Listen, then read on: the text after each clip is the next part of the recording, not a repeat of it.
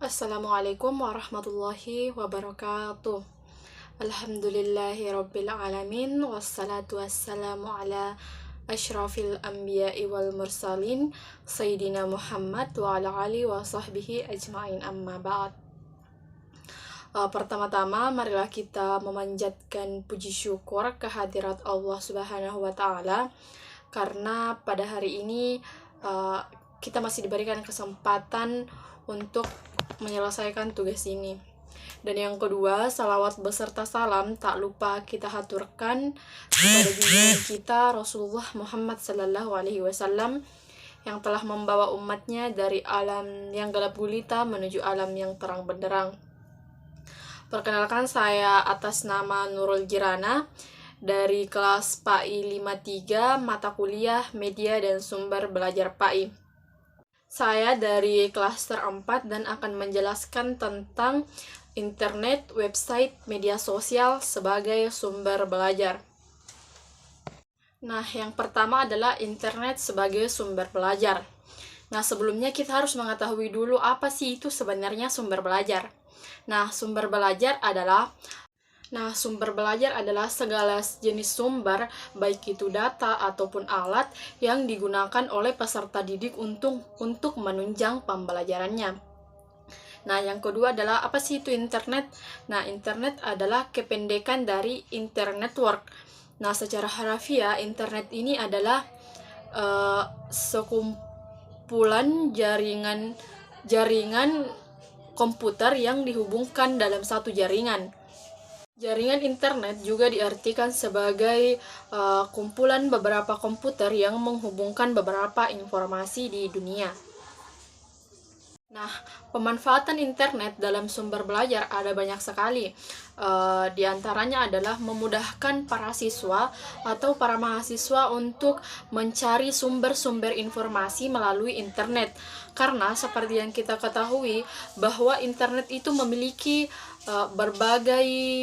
berbagai macam informasi yang ada di dalamnya, terutama bagi pembelajaran. Kekayaan informasi yang sekarang tersedia di internet telah mencapai harapan bahkan imajinasi para penemu sistemnya. Melalui internet dapat diakses sumber-sumber informasi tanpa batas dan aktual dengan sangat cepat. Adanya internet ini memungkinkan seseorang di Indonesia dapat melihat perpustakaan di Amerika atau berbagai referensi-referensi yang lain yang dapat dilihat melalui internet ini. Dengan kehadiran internet sangatlah menguntungkan bagi para akademisi karena para akademisi dapat mencari buku, dapat mencari jurnal, makalah melalui internet tanpa harus pergi ke perpustakaan mengaduk-ngaduk buku yang ada di sana, harus berjalan untuk mencari mana buku yang ingin kita cari. Dengan di internet kita hanya mengetik buku apa yang kita cari, jurnal apa yang kita cari, lalu akan langsung kelihatan bahwa akan langsung ketemu apa yang akan kita cari tanpa harus mengeluarkan biaya lagi, tanpa harus mengeluarkan energi yang banyak lagi. Dan masih banyak keuntungan-keuntungan lainnya yang dapat diperoleh melalui internet ini sebagai sumber belajar. Nah, dengan internet ini juga pembelajar dapat mengetahui informasi-informasi sehingga ketika mempunyai tugas kuliah atau yang lainnya dapat langsung mencari di internet sehingga mempermudah untuk menyelesaikan tugas-tugas yang ada dalam proses pembelajaran. Internet ini juga dapat digunakan dalam alat pembelajaran karena di kurikulum 2013 itu di K13 seorang siswa dituntut untuk bagaimana caranya dia belajar sendiri. Nah, dengan internet ini siswa akan dapat mencari pelajaran-pelajaran sendiri dan ini menunjang proses pembelajaran di kurikulum 13. Selain beberapa kelebihan yang ada di internet, pasti ada juga kekurangan-kekurangan yang ada di internet. Di antaranya adalah siswa akan memiliki gangguan-gangguan ketika mereka menggunakan internet atau ketika mereka menggunakan handphone, maka notifikasi-notifikasi selain dari pembelajaran akan muncul. Dan yang kedua adalah dalam menggunakan internet ini, seperti yang dikatakan tadi bahwa sumber yang ada di internet ini sangat melimpah.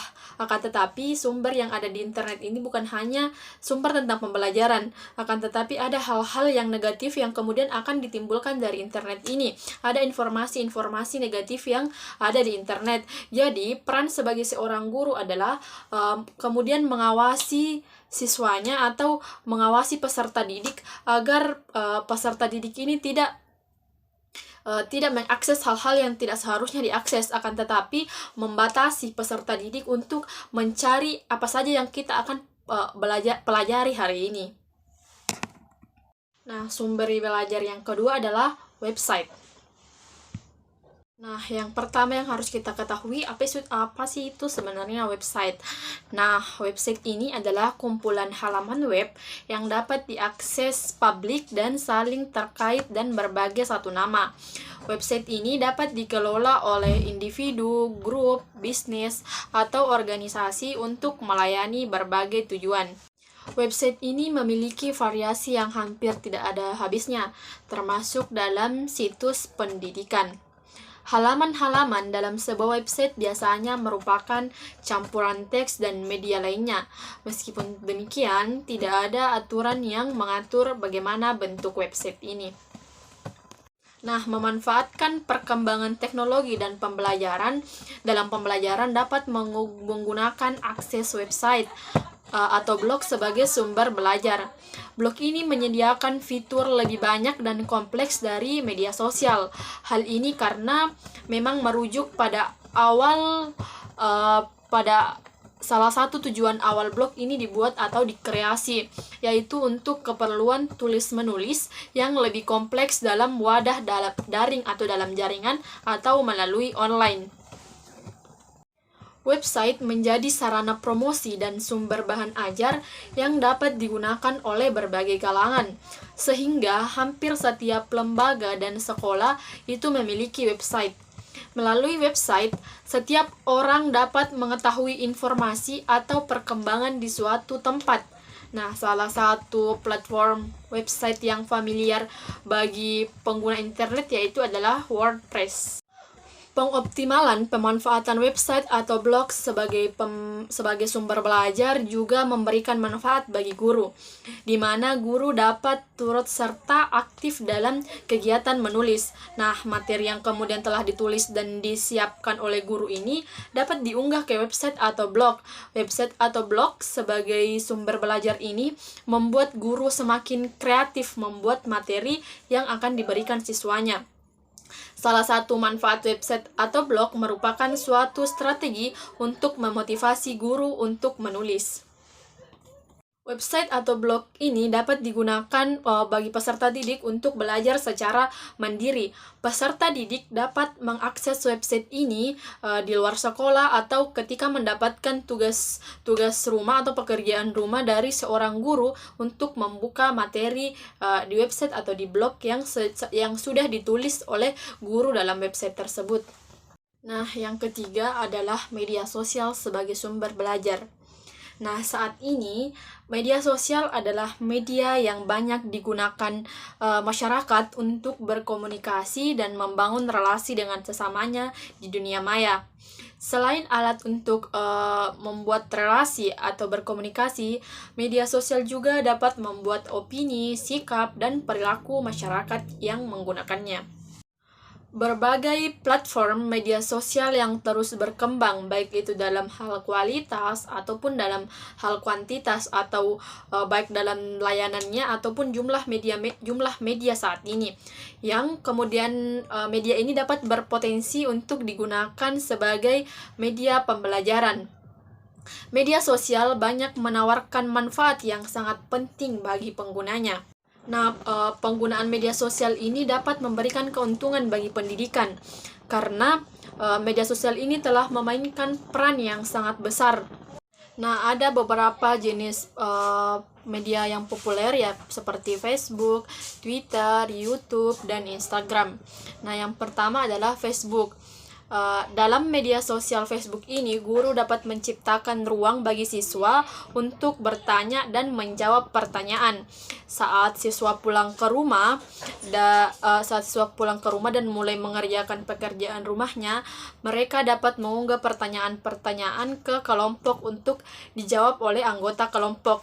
Di sini guru dapat mengunggah video, foto, dokumen, dan sumber daya lainnya di dinding grup, dan siswa kemudian dapat mengakses sebelum masuk ke kelas dan saat mereka mengerjakan tugas.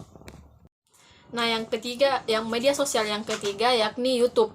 Media ini adalah pilihan yang sangat baik untuk membalik kelas, di mana siswa dapat menonton ceramah, menonton sumber daya yang ada di YouTube, menonton pembelajaran yang akan meningkatkan proses pembelajaran. Terima kasih, itulah tadi mengenai tentang tiga sumber belajar. Wassalamualaikum warahmatullahi wabarakatuh.